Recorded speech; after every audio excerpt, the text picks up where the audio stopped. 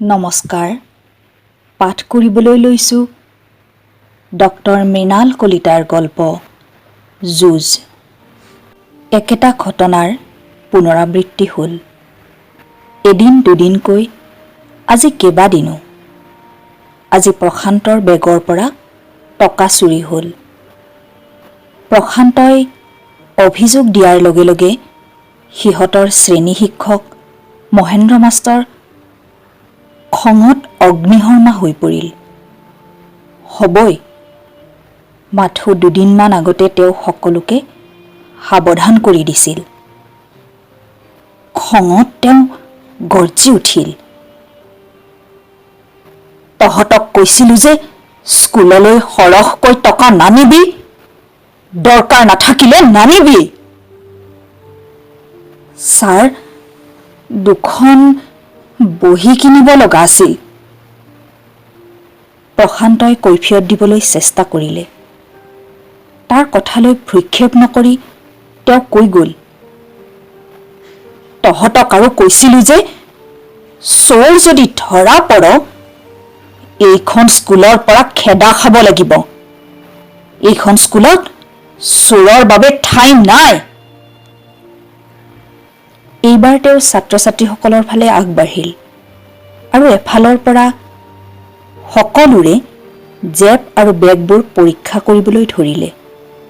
সিদ্ধাৰ্থৰ বেগটো খুলি মহেন্দ্ৰ মাষ্টৰে তাৰ মুখলৈ তীক্ষ্ণ দৃষ্টিৰে চাই ৰ'ল। বেগত দুখন 50 টকীয়া আৰু সৰু কেইখনমান নোট। প্ৰশান্তৰো দুখন 50 টকীয়া নোট হেৰাইছে। মোৰ নিজৰ, মায়ে দিছে। ফাঁকি মাৰিবলৈ আহিছ? মহেন্দ্ৰ মাষ্টৰ গৰ্জি উঠিল। পৃথিৱীত 50 টকীয়া নোট কি মাত্ৰ দুখনেই? মহেন্দ্ৰ মাষ্টৰৰ চকুৰ ফালে চাই সিদ্ধাৰ্থ প্ৰায় চিঞৰি উঠিল। খঙত সি কঁপিবলৈ ধৰিছে। সকলো হতভম্ব হৈ গ'ল। সিহঁতৰ শ্ৰেণীত শিক্ষকক আজিলৈ কোনেও এনেধৰণে ব্যৱহাৰ কৰি পোৱা নাই। মহেন্দ্ৰ মাষ্টৰৰ দৰে কঢ়া শিক্ষকৰ চকুৰ ফালে চাই এনেধৰণে কথা কোৱাৰতো প্ৰশ্নই নুঠে। গোটেই শ্ৰেণী কোঠা কাহ পৰি জিন যোৱাৰ দৰে হ'ল। মাষ্টৰে কোনোমতে নিজকে চম্ভালি লৈ শান্ত কিন্তু দৃঢ়ভাৱে ক'লে, ঠিক আছে, কিন্তু যিদিনাই প্ৰমাণসহ ধৰা পৰ, সিদিনাই এইখন স্কুলত তোৰ শেষ দিন, জানিবি। ইচ্ছা কৰিয়েই নিৰ্মল অলপ পলমকৈ স্কুলৰ গেটৰ বাহিৰ ওলাল। কিবা এটা কৌতূহল আৰু সন্দেহৰ বশৱৰ্তী হৈ সি পাণ দোকানখনলৈ আগবাঢ়িল। অনুমান কৰা মতে সি দূৰৰ পৰাই সিদ্ধাৰ্থক পাণ দোকানখনত দেখা পালে। নিৰ্মলে তাক এই দোকানখনত প্ৰায়েই দেখা পায়। দুই এদিন দোকানৰ আঁৰত লুকাই সিদ্ধাৰ্থক চিগাৰেট টানি থকাও সি দেখা পাইছে। প্ৰথমতে দেখি সি হতভম্ব হৈ গৈছিল। সিহঁতৰ দৰে ইমান সৰু ল'ৰাক নিৰ্মলে চিগাৰেট খোৱা আগতে দেখা নাই। এই দোকানীজনক নিৰ্মলৰ কিবা ভাল নালাগে। দোকানলৈ যোৱা ল'ৰা ছোৱালীবোৰক তেওঁ খুব মন দি নিৰীক্ষণ কৰে যেন লাগে তাৰ। নিৰ্মলকো দোকানীজনে কেইবাদিনো লক্ষ্য কৰাৰ পিছত এদিন তাৰ ঘৰৰ কথা সুধিছিল। তাৰ মাক বাপেক ভনীয়েকৰ বিষয়ে সোধা কথাবোৰত সি অকণো আন্তৰিকতা বিচাৰি পোৱা নাছিল।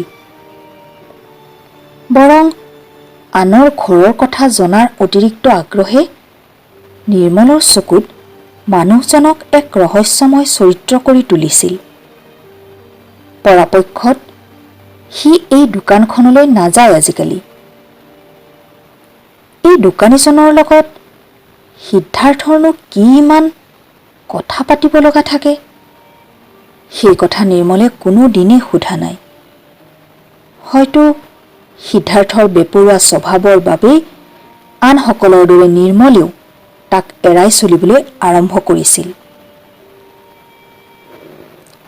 কিন্তু সিদ্ধাৰ্থ আগতে এনেকুৱা নাছিল। সি সিহঁতৰ লগত হাঁহিছিল, খেলিছিল। আজি কেইমাহমানৰ পৰা সি গহীন, খিংখিঙীয়া আৰু বেপৰুৱা হৈ পৰিছে। বন্ধুসকলৰ পৰা আঁতৰি শ্ৰেণীত পিছফালে বহিবলৈ লৈছে।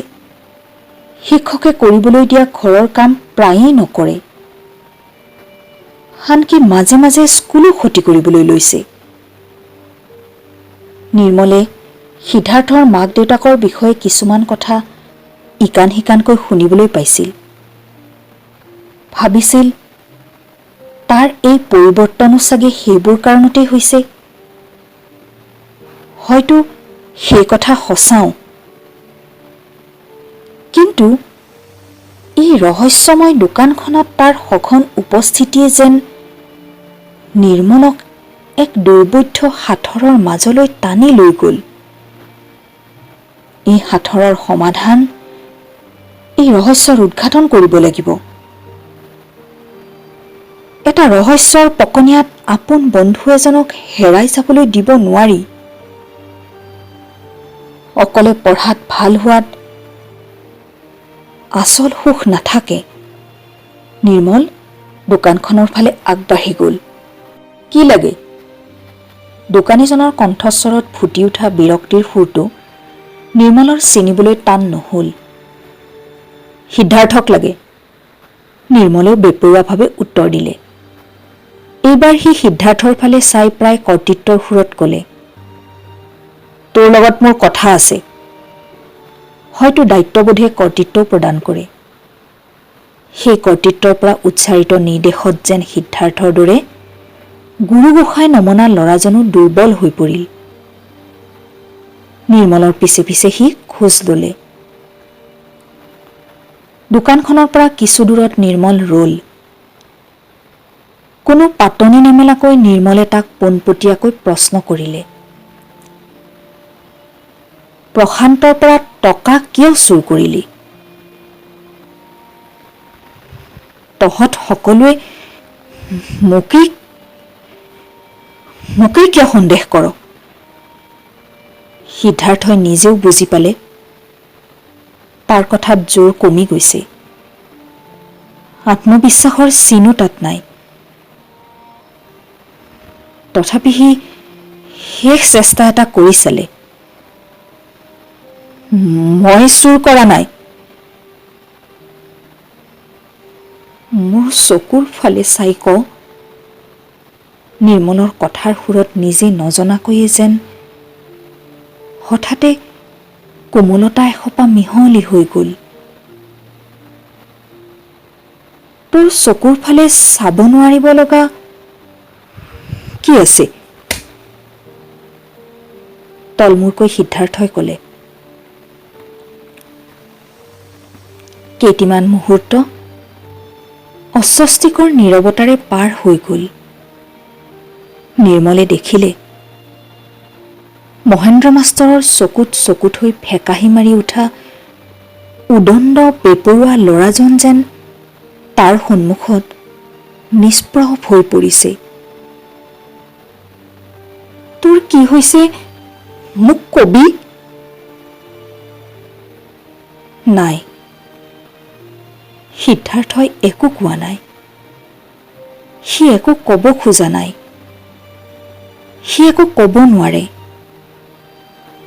কি হ'ল জানো? নিৰ্মলে কিবা বুজি পোৱাৰ আগতেই সিদ্ধাৰ্থই চকুৰ আগেৰে পাৰ হৈ যাব ধৰা চিটি বাছ এখনৰ পিছে পিছে দৌৰিবলৈ আৰম্ভ কৰিলে। কোনোবা এপাকত সি জাপ মাৰি পাওদনিত ওলমি দিলে কোনোমতে। সি শুনিবলৈ পালে নিৰ্মলৰ কণ্ঠস্বৰ, তোৰ কি হৈছে মোক ক'বই লাগিব সিদ্ধাৰ্থ। সিদ্ধাৰ্থ প্ৰায় এসপ্তাহ বিদ্যালয়লৈ যোৱা নাই। যাবলৈ তাৰ সাহস হোৱা নাই। নিৰ্মলৰ কথাষাৰ তাৰ যন্ত্ৰণাদগ্ধ বুকুৰ মাজত বাজি শান্তিৰ সংগীত হৈ ৰৈছে। তোৰ কি হৈছে মোক ক'বই লাগিব সিদ্ধাৰ্থ। এইষাৰ কথা ক'ব পৰা মানুহবোৰেই সিদ্ধাৰ্থৰ জীৱনৰ পৰা বহু দূৰলৈ গুচি গ'ল। নোপোৱা মৰম পোৱাৰ আশাই যেন তাক দুৰ্বল আৰু অভিমানী কৰে। কাৰ ওপৰত এই অভিমান সিদ্ধাৰ্থই যেন নিজেও বুজি নাপায়। মহেন্দ্ৰ মাষ্টৰৰ কৰ্কশ কঠোৰ বাক্যবাণৰ মুখামুখি হোৱা যেন সহজ। তাৰ দৰে বেপৰোৱা উদণ্ড ল'ৰা এজনৰ বাবে চকুত চকুত হৈ সেই আক্ৰমণৰ প্ৰত্যুত্তৰ দিয়াও সহজ। কিন্তু নিৰ্মলৰ দৰে ল'ৰাৰ মুখামুখি হোৱা সহজ নহয়। তাৰ দৰে ল'ৰাৰ কথাৰ উত্তৰ দিব নোৱাৰি অস্বস্তিকৰ মৌনতাৰ মাজত মাথো চটফটাইহে ৰ'ব পাৰি। নিৰ্মলৰ মুখামুখি হ'বলৈ সিদ্ধাৰ্থক অলপ মানসিক প্ৰস্তুতিৰ দৰকাৰ। নিৰ্মলৰ সৈতে মুখামুখি হোৱাৰ ভয় নে নিৰ্মলৰ কথাবোৰে অনা প্ৰবল প্ৰতিৰোধ সিদ্ধাৰ্থই বুজি নাপায়। সি এসপ্তাহ পাণ দোকানখনলৈ যাব পৰা নাই। হয়তো সেইবাবেই পুৰণি বিষাদৰ পুৰণিবোৰ বাঢ়িছে, অস্থিৰতাও বাঢ়িছে, কিবা এক অনিশ্চয়তা আৰু ভীতিৰ ভাৱে প্ৰবল ৰূপ লৈ তাক যেন গ্ৰাস কৰিবলৈ খেদি আহিছে বাৰে বাৰে। সিদ্ধাৰ্থই মন কৰিলে তাৰ হাত ভৰিৰ কঁপনিবোৰ বাঢ়িছে। পাণ দোকানীজন, নিৰ্মল আৰু যিবোৰ মানুহ তাৰ আপোন আছিল, আপোন হৈ থাকিব লাগিছিল, সেইসকলৰ ভিন্নমুখী টনা আজোৰা আৰু স্মৃতিৰ অসহনীয় ভৰত বিচনাত চটফটাই থাকে সি অকলশৰে। ঘৰটোৰ মৃত্যু শীতল নিৰ্জনতাত ডুবি থাকে সি। তাৰ বুকুৰ মাজত সঞ্চিত কেইটামান শব্দই যেন চৌচিৰা কৰি পেলাই তাৰ নিজৰ নিঃসংগ নিৰ্জন জগতখন। তোৰ কি হৈছে মোক ক'বই লাগিব সিদ্ধাৰ্থ। শ্ৰেণীকোঠাত সোমাই মহেন্দ্ৰ মাষ্টৰে ছাত্ৰ ছাত্ৰীসকলৰ মুখবোৰত চকু ফুৰালে। তাৰ পিছত যেন এটা সন্তুষ্টিৰ হাঁহি মাৰি তেওঁ ক'লে, এই বৈজাতটো আজিও স্কুললৈ অহা নাই। চোৰ ধৰা পৰি এতিয়া লাজতে আহিব নোৱাৰা হৈছে। নিৰ্মলৰ মনটো যেন সেমেকি গ'ল। কিবা এটা ক'বলৈ ওলায়ো সি ৰৈ গ'ল। মানুহে দেখা ঘৃণনীয় সত্যৰ আঁৰতো হয়তো কেতিয়াবা লুকাই থাকে আন কিছুমান কৰুণ সত্য। সেইবোৰকে সি বিচাৰি ফুৰিছে, সেইবোৰ সি বিচাৰি উলিয়াবই। কোঠাটোৰ ভিতৰত আন্ধাৰে জুম বান্ধিছে। বিচনাৰ পৰা উঠি গৈ লাইটটো জ্বলাবলৈ সিদ্ধাৰ্থৰ মন যোৱা নাই। মা সম্ভৱতঃ এতিয়াও ঘৰ পোৱাহি নাই। আজি অতদিনে সি স্কুললৈ যোৱা নাই, তাকে লৈ মাকৰ কোনো উদ্বিগ্নতা নাই। মাথো এদিনেই সুধিছিল, স্কুললৈ নাযাওঁ? সি গা বেয়া বুলি কৈ সামৰি থৈছিল। তাৰ উত্তৰত মাক ইমান সহজেই আশ্বস্ত হৈছিল যে তাৰ পিছত আৰু এদিনো তাক একো নুসুধিলে। নাই নাই, তাৰ অভিমান হোৱা নাই। যিবোৰ আঘাত আৰু দুখ প্ৰাত্যহিক হৈ পৰে, সেইবোৰে হয়তো মানুহক অভিমানী কৰিব পৰাৰ ক্ষমতাও হেৰুৱাই পেলায়। দেউতাকে সিহঁতক এৰি যোৱাৰ 2 বছৰেই হ'ল কিজানি। বুজা হোৱা বয়সৰ পৰাই সি দেখিছিল তাৰ মাক বাপেকৰ মাজৰ দুৰ্বাদল কাজিয়া। প্ৰচণ্ড চিঞৰ বাখৰ, উফৰি অহা তীক্ষ্ণ গালি গালাজৰ শ্বাসৰুদ্ধকৰ সময়খিনিত সি নিৰ্বাক হৈ চাই ৰৈছিল মাক বাপেকৰ প্ৰস্তৰ কঠিন মুখ দুখন। মাক নে বাপেক, কাৰ পক্ষ ল'ব সি? সেই নিদাৰুণ প্ৰশ্নৰ আঘাতত অবিৰত ৰক্তক্ষৰণ হৈছিল তাৰ কোমল বুকুৰ ভিতৰখনত।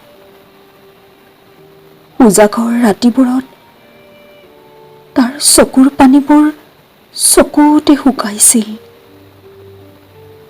সেইবোৰ মচি দিব পৰাকৈ তাৰ মাকৰ হাত দুখনৰ কোমলতাখিনি যেন ক'ৰবাত হেৰাই গৈছিল। বাপেকৰো। আৰু এদিন বাপেকে সিহঁতক এই ঘৰটোত এৰি থৈ ক'ৰবালৈ গুচি গৈছিল। মাক বাপেকৰ মাজত কি এনে এক প্ৰচণ্ড অমোঘ অমীমাংসিত প্ৰশ্ন আহি পৰিছিল, যি প্ৰশ্নই তেওঁলোকৰ নিজৰ সন্তানকো দুখ যন্ত্ৰণাৰ অতল আৰু পাৰাপাৰহীন সাগৰত নিক্ষেপ কৰাৰ পৰা বাৰণ কৰিব পৰা নাছিল। আহিছিল সপ্তাহ পষেকৰ মূৰে মূৰে দেউতাকে তাক স্কুল ছুটিৰ পিছত আহি লগ ধৰিছিল। দেউতাকে তালৈ বিধে বিধে চকলেট লৈ আহিছিল। ঘৰলৈ আহি যেতিয়া সি চকলেটত কামোৰ দিছিল, চকলেটৰ স্বাদ তাৰ জিভাত লগাৰ আগতেই দুচকু ভৰি পৰিছিল পানীৰে। অবাধ্য চকু পানীবোৰ সৰ সৰকৈ সৰি পৰিছিল। মাক বাপেকৰ কি সেই অমীমাংসিত প্ৰশ্ন, যি আছিল তাৰ চকু পানীবোৰতকৈও গধুৰ?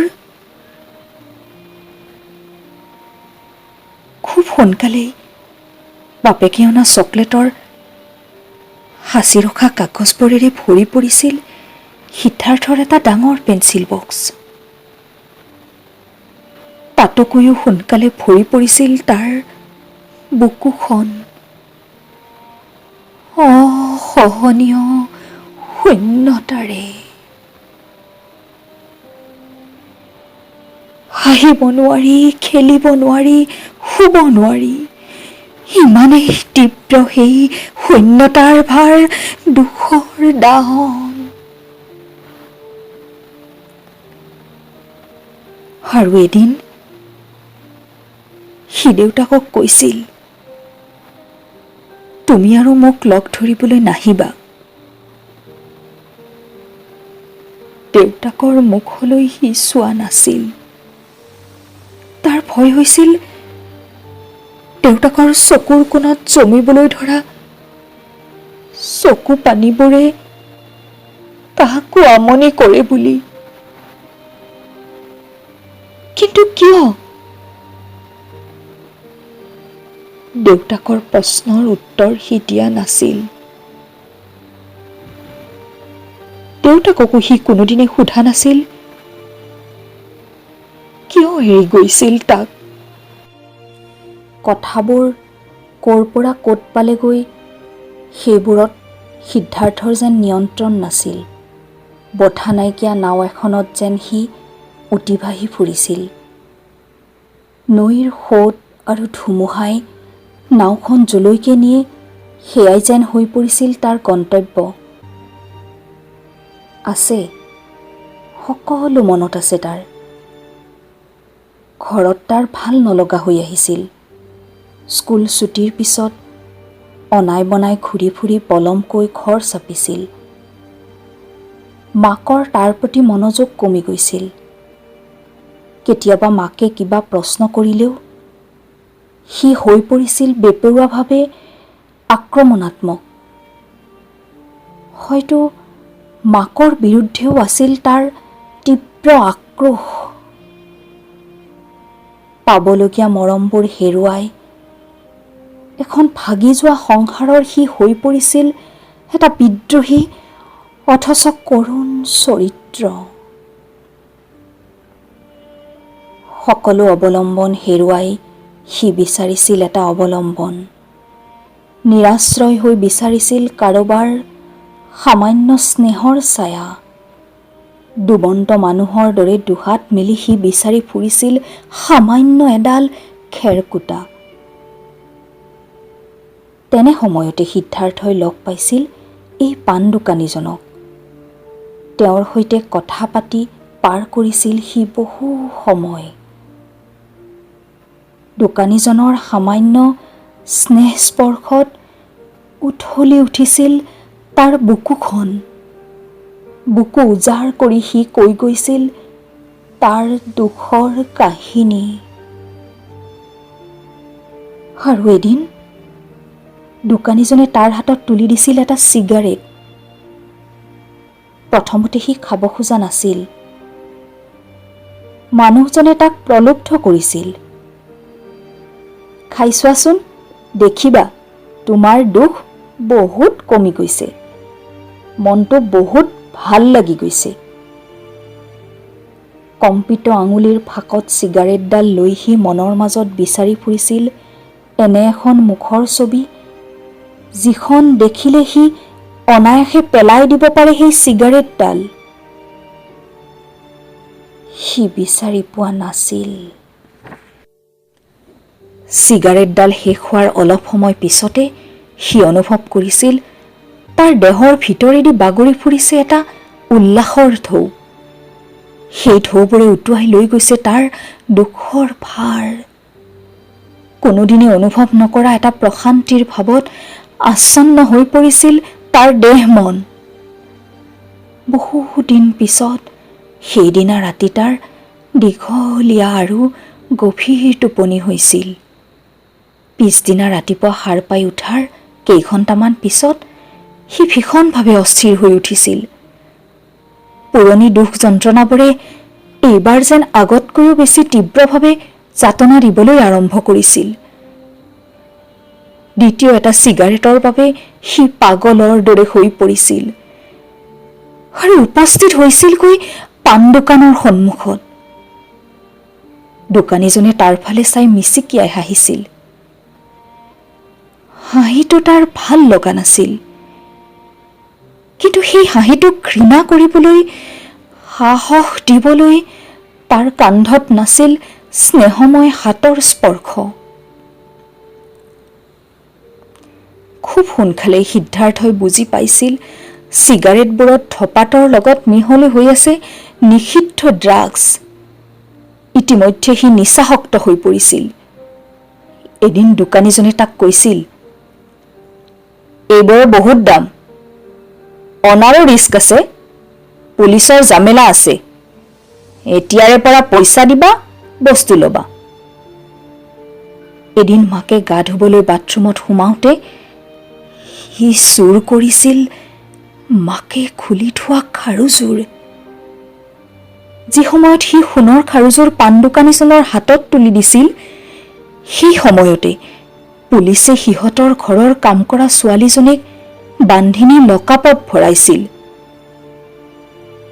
অন্তৰ্দণ্ড হৈছিল তাৰ।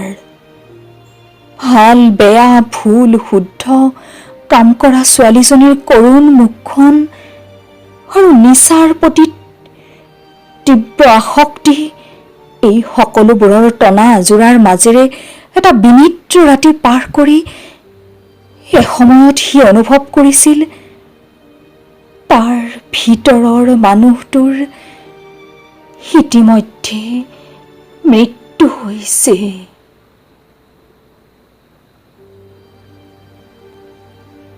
আজিকালি সেইবোৰ সি একো নাভাবে।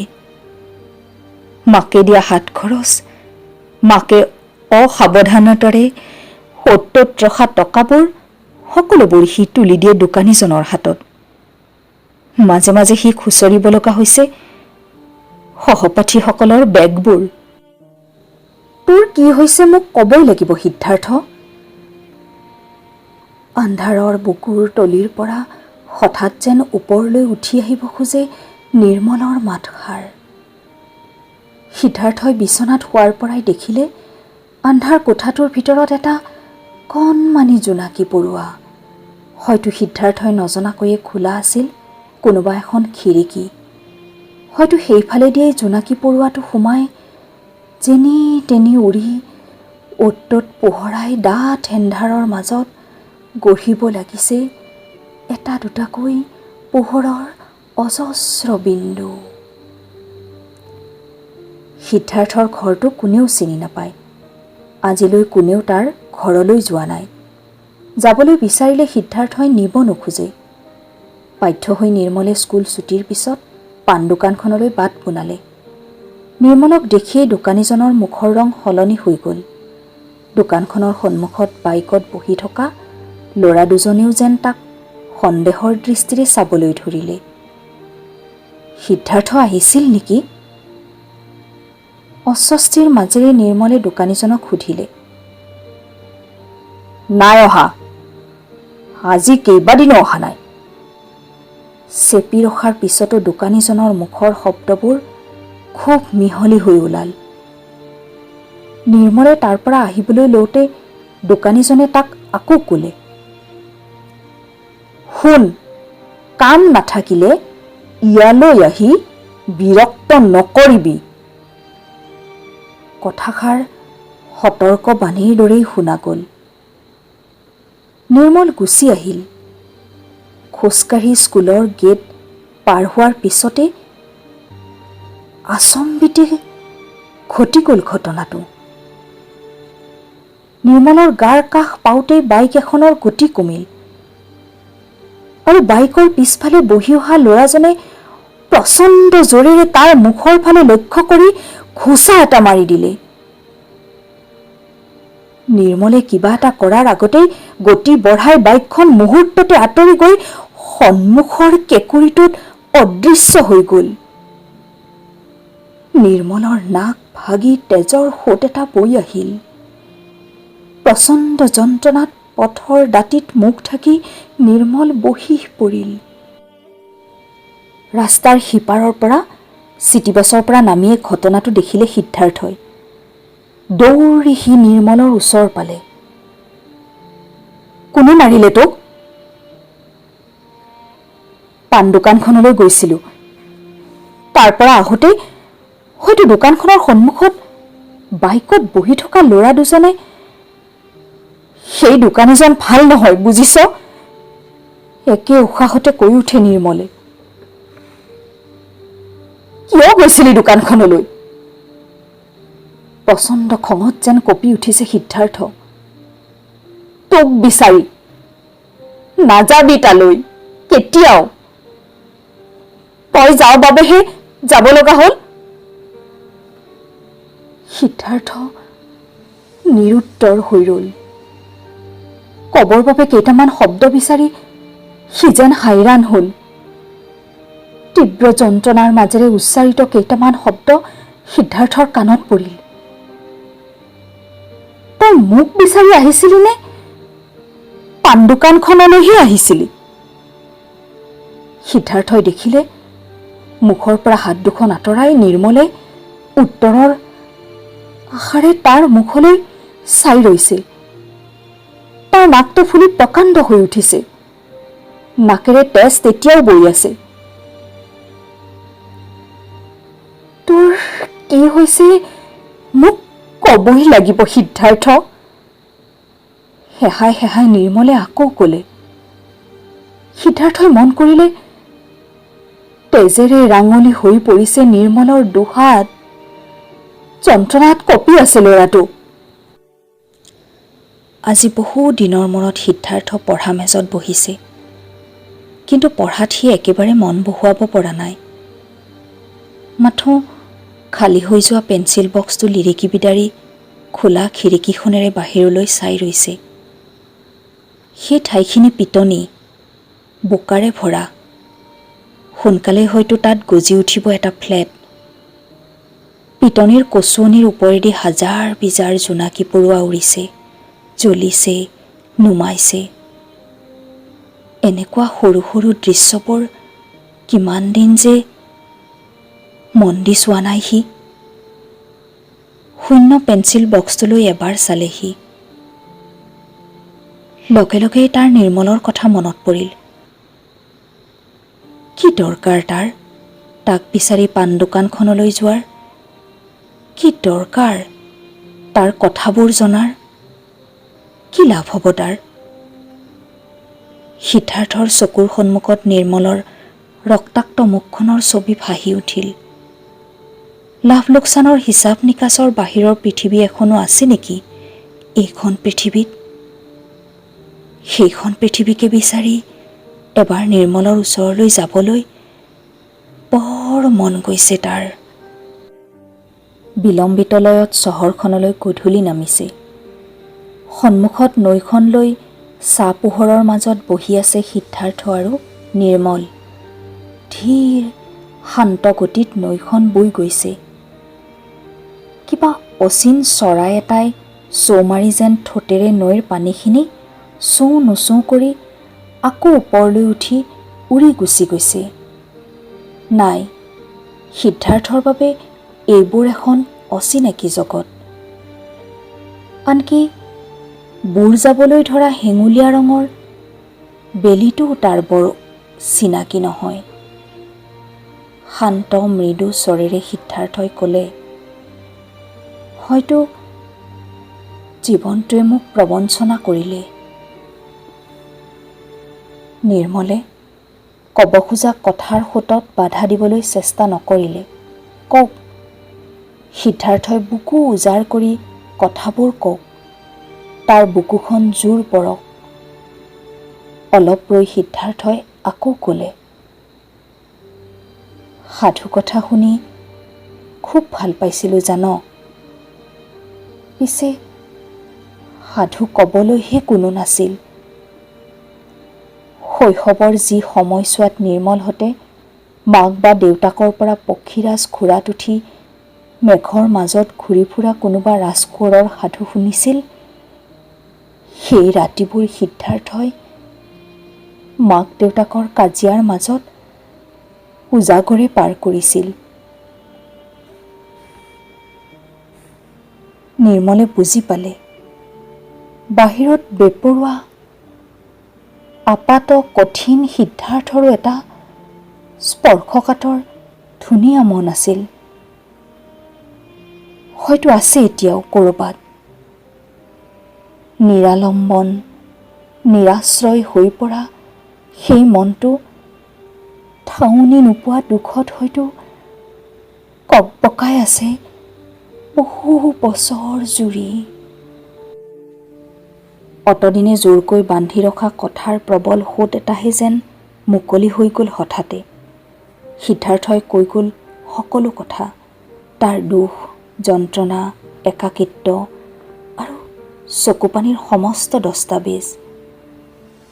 নিজকে মুকলি কৰি দিবলৈ নিৰ্মলৰ ৰূপত সি যেন অপ্ৰত্যাশিত অৱলম্বন এটা পাই গ'ল। সিদ্ধাৰ্থই কৈ গ'ল তাৰ মাক দেউতাকৰ বিচ্ছেদৰ পৰা সি ড্ৰাগছ আসক্ত হোৱালৈ সকলো অকপতে স্পৰ্শকাতৰ আবেগেৰে জীপাল ল'ৰা এজন নিষিদ্ধ অপৰাধসুলভ আন্ধাৰ জগত এখনলৈ ক্ৰমশ সোমাই যোৱাৰ দুখৰ এটা দীঘল কাহিনী। এসময়ত সিদ্ধাৰ্থই তাৰ কাহিনী সামৰি ক'লে, বেলি বুৰিল, আন্ধাৰ হ'ল। সিপাৰৰ ঘৰবোৰত এটা দুটাকৈ লাইটবোৰ জ্বলিছিল। বেলি বুৰে, আন্ধাৰো হয়। তথাপি এই আশা, এই প্ৰতিশ্ৰুতি সদায় জাগৰূক হৈ থাকে যে কাইলৈ বেলিটো ৰঙা হৈ আকৌ ওলাব। বেলি বুৰে, আন্ধাৰ হয়, সেয়াই শেষ সত্য নহয়। একে সময়তে আন ক'ৰবাত বেলি ওলাই তাত পোহৰ হয়, সেয়াও সত্য। নিৰ্মলে মনে মনে ভাবিলে। নিৰ্মলে দেখিলে সিদ্ধাৰ্থই আন্ধাৰৰ মাজত ৰহস্যময় হৈ পৰা নৈখনলৈ চাই আছে একেথিৰে। হয়তো আন্ধাৰ সদায়েই ৰহস্যময়। নিৰ্মলে ক'বলৈ আৰম্ভ কৰিলে, সমস্যা এটাৰ পৰা পলাই নিচাসক্ত হৈ তই একো ভাল কাম কৰা নাই, বৰং নতুন সমস্যা এটা বঢ়াই ললি। অলপ ৰৈ নিৰ্মলে সিদ্ধাৰ্থক ক'লে, তই এইবোৰ এৰিব লাগিব সিদ্ধাৰ্থ। হয়তো কথাষাৰ, অনুৰোধ, মৰম, শাসন সকলোবোৰ মিহলি হৈ ওলাল। অলপ চিন্তা কৰি সিদ্ধাৰ্থই হতাশাত ভাগি পৰা মাতেৰে নিৰ্মলক অসহায়ভাৱে কৈ উঠে, বৰ সহজ নহয়ো। আজি মই ড্ৰাগছ লোৱা নাই। চাচোন মোৰ হাত ভৰিবোৰ কেনেদৰে কঁপিবলৈ ধৰিছে। নিৰ্মলে দেখিলে সঁচাকৈয়ে সিদ্ধাৰ্থৰ হাত ভৰিবোৰ ঠাণ্ডাত কঁপাৰ দৰে কঁপিছে। আনকি তাৰ জিভাৰ শব্দবোৰো যেন ক'ৰবাত লাগি ধৰিব খোজে। সহজ নহয় জানো, হয়তো তোৰ ড্ৰাগছৰ ওপৰত নিৰ্ভৰতা বাঢ়ি গৈছে। কিতাপ আলোচনীত মই অলপ পঢ়িছিলোঁ জান, ড্ৰাগছৰ এই ভুল পথে মানুহক অকাল মৃত্যু আৰু অপৰাধ জগতলৈ সোনকালে টানি লৈ যায়।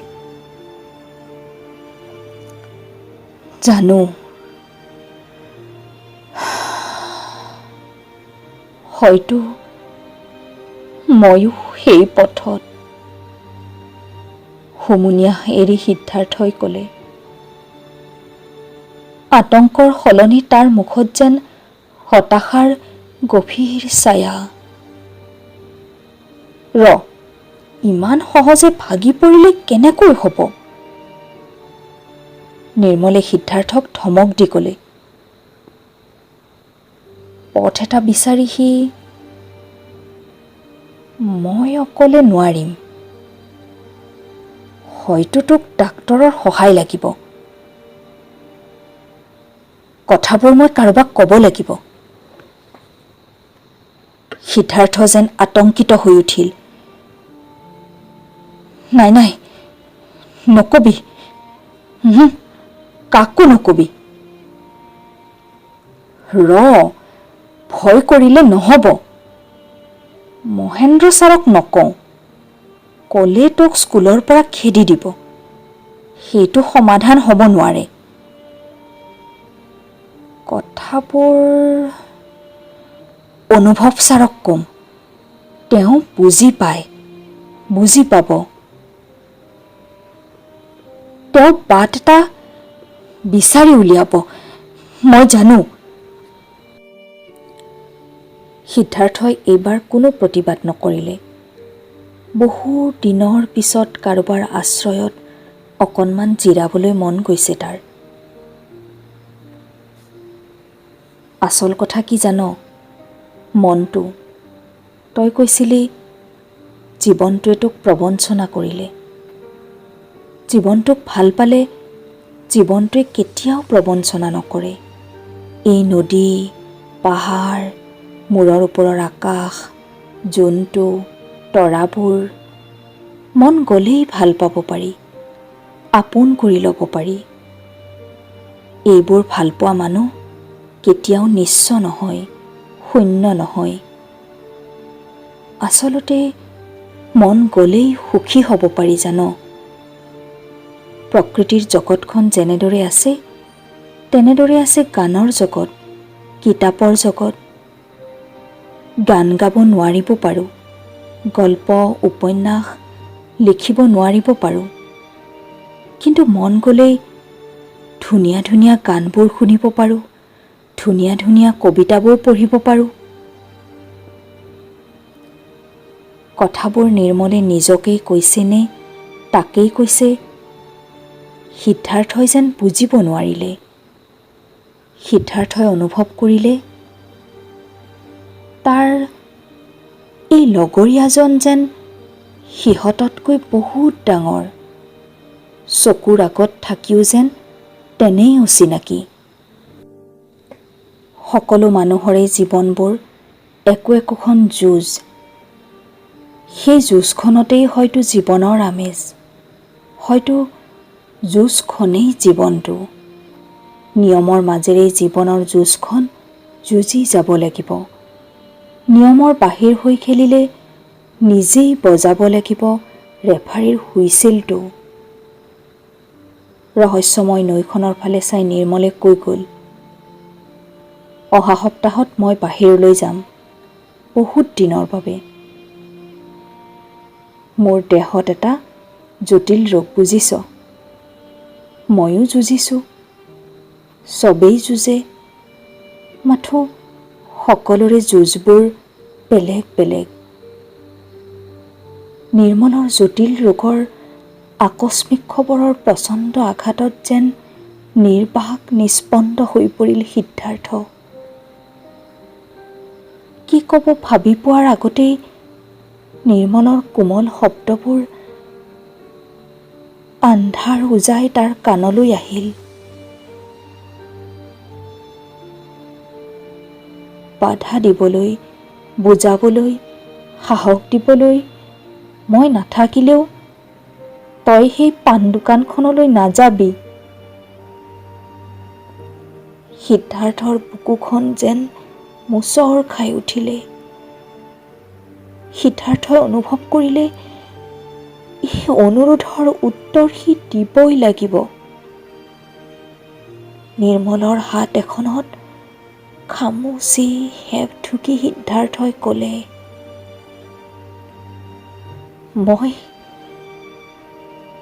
মই নিশ্চয় চেষ্টা কৰিম নিৰ্মল।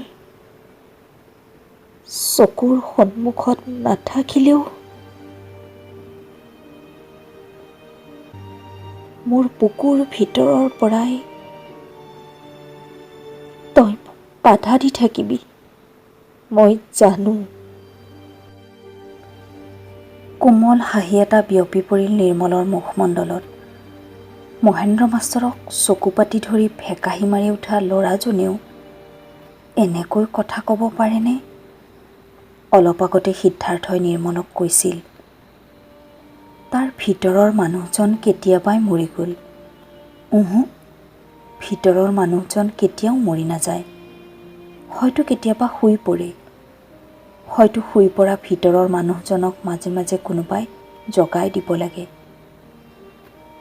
সিদ্ধাৰ্থই খামুচি ধৰি থকা নিৰ্মলৰ হাতখন জোকাৰ খাই উঠিছে। নিচাসক্ত কঁপনিৰ বাবে নহয়, হয়তো সিদ্ধাৰ্থই কান্দিছে, হয়তো তাৰ দুচকু ভৰি পৰিছে পানীৰে। ঘন আন্ধাৰত তাৰ উমান পাব নোৱাৰি।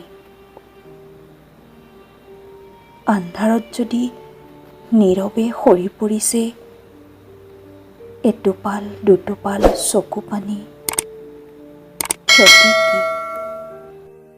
ধন্যবাদ।